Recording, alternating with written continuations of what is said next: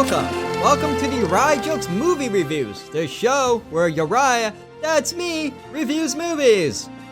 I don't know why I needed to explain that title, but it's also where I joke and recommend the best and worst when it comes to the creative minds of what cinema, films, or whatever word you use has to offer. I see this as an investment in my future. Because if I could get early access to new movies if I become a real critic, I won't have to ask my mom for money to go to the theater again. If I have to take my mom to another action film while she lectures me about violence, I might have to quit this. And it's only the first episode, so that would be a world record probably, and not a good world record. And then I'd have to go back to my job at Applebee's. The job where it doesn't even have HBO Max, Netflix. What the hell am I supposed to do when I'm there for 8 hours? Work? Ridiculous. Sometimes you wanna go where everybody knows your name.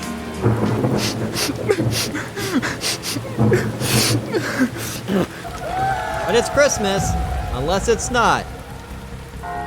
But here are my top Christmas movies, kind of, to enjoy with yourself, a cat, or a family you're secretly related to. Or really, if you're watching the movie by yourself, crank up the volume so the birds and the neighbor's cat can hear it. Then you are never alone. And that is a fact and something they can never take away from you. First movie we're going for is a Christmas classic, Elf.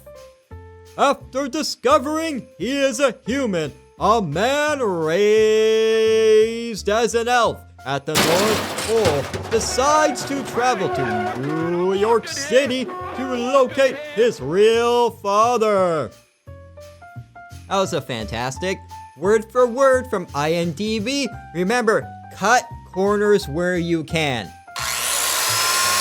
This movie did not cut corners. It rounded them off and made them superb.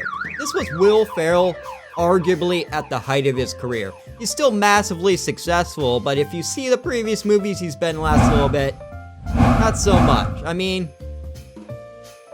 we'll take the good ones where we can get them. And it's directed by Jon Favreau,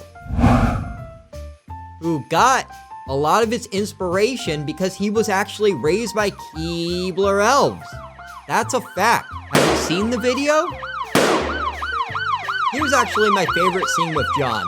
Although it's not in the Elf movie, here's the clip. Holy shit! I'm sorry. Get out of my house. I'm so sorry. Just get out of my fucking house. This is not cool! Get the fuck out! Fantastic. So I'm gonna give this film a 10 out of 10. So, my word is as good as you think it is. And there is a little bit of horror in this movie. A little bit of horror. As none of this movie was set in New York City. I almost want to take away a point there. I didn't know that. Moving on. Next is a horror film that's great for adults or kids whose dreams have been dashed. The Lodge. 2019. It's directed by Veronica Franz and Severin Fiala. If I'm saying those names wrong, there is no way they're gonna look at these videos to care. This is the second time where these two directors are working together. I think that's the second time. It could be the third. I could be wrong because I filed all of my fact checkers because they're film scholars and making me look bad. I'm a film expert only based on watch time. No doctorate or anything to prove it. And that previous film was Goodnight Mommy. And it has glowing reviews, so stay tuned for that review because there may be a lot of reviews, but none of them are as trustworthy as mine.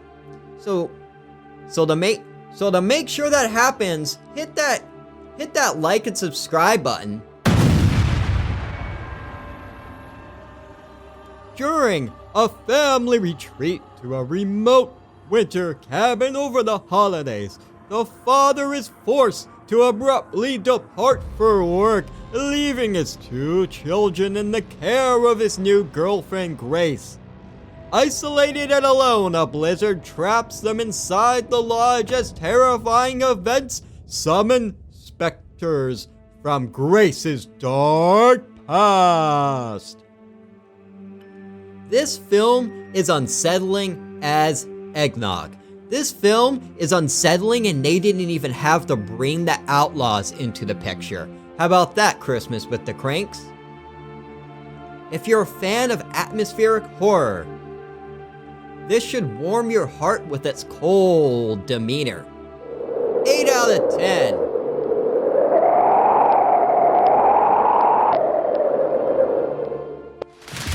And this one I knew I was gonna like, because when the critics have it certified fresh and the audience hates it, I know I'm gonna love it because audiences are morons and critics do it for a living, so they can't be wrong all the time. They're not weatherman.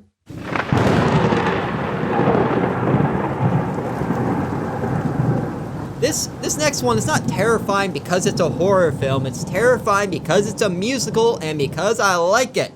This is Anna and the Apocalypse.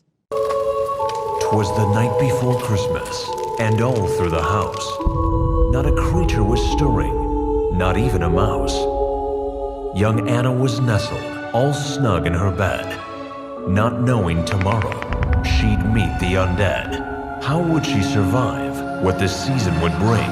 Well, that's simple. She'd stab, she'd slash, and she'd sing. A zombie apocalypse threatens the sleepy town of Little Haven at Christmas, forcing Anna and her friends to fight, slash, and sling their way to survival, facing the undead in a desperate race to reach their loved ones.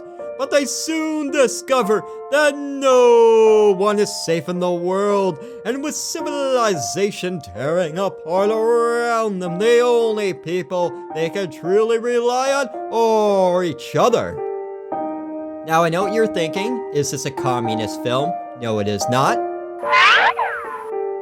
But this film is funny, it's bloody, and if you want to see somebody kill zombies with a candy cane that they shivved out, I guess they made a shiv of a candy cane, a giant candy cane, this is a film for you. Bingo! Ella Hunt, the lead in this, is amazing. But I do also want to say this is no means a scary movie.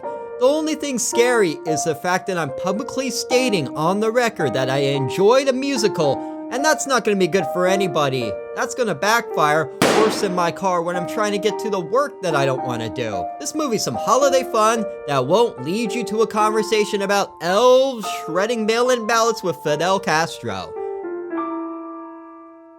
8 out of 10. Now time for Quickfire Reviews.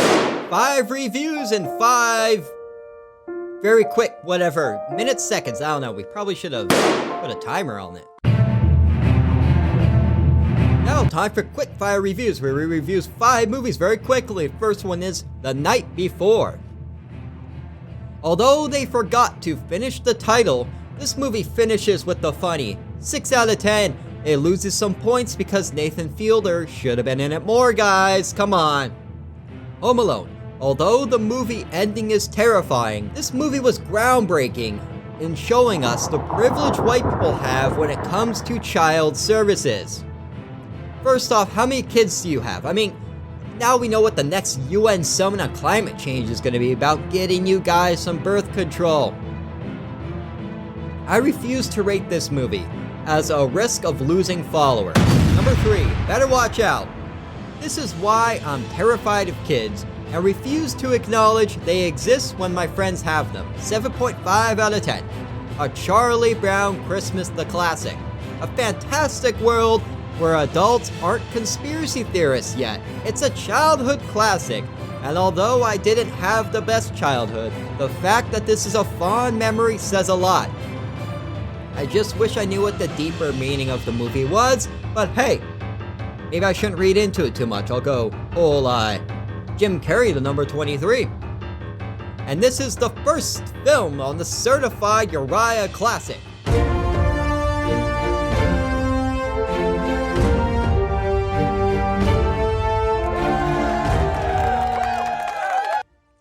Why would we put a certified Uriah Classic in the Quickfire? Number 5, Die Hard. You know what this is. It's the best Is it a Christmas movie, action movie ever? It's maybe the best action movie ever, and it's a certified Uriah Classic 10 out of 10.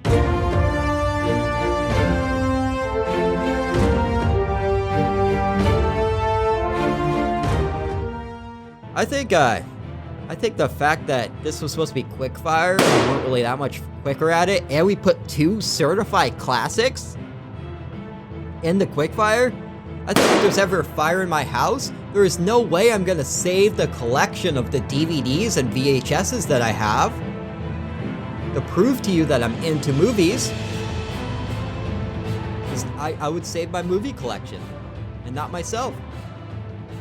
And this has been the Uriah Jokes Movie Review Show.